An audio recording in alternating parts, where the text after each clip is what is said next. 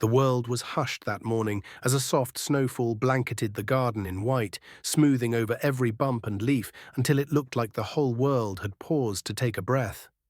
Baxley stepped outside, her paws sinking into the powdery snow. The air nipped at her whiskers, sharp and clean. She gave a little shake, scattering snowflakes into the air. In that moment, she suddenly noticed footprints in the snow. Tiny, perfect little impressions leading away from the porch, too small to be from a dog and too big to be a bird. Baxley crouched low, nose twitching. Something or someone had passed through the garden while she slept. She followed the trail, careful not to disturb it, her breath puffing softly in the cold air. The prints wound past the gate, across the frozen stream, and into the edge of the woods where the trees stood tall and bare. The forest whispered around her, each sound clearer in the quiet, snow brushing against branches. With the faintest rustle of movement ahead, she heard a small sound like a whimper.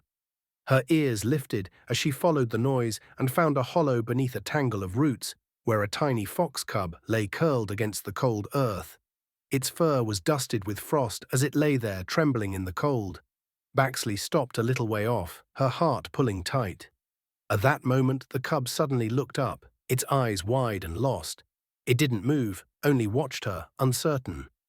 Baxley lowered herself to the ground, her chin almost touching the snow, and simply waited quietly, letting the silence between them fill with trust. When she finally stepped closer, the little cub didn't run. Instead, it blinked, as if deciding whether she was safe or not.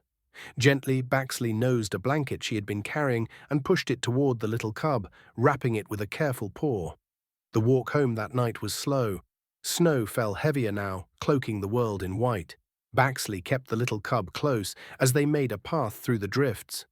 Back home, inside by the fire, the cub lay nestled beside Baxley, warm at last.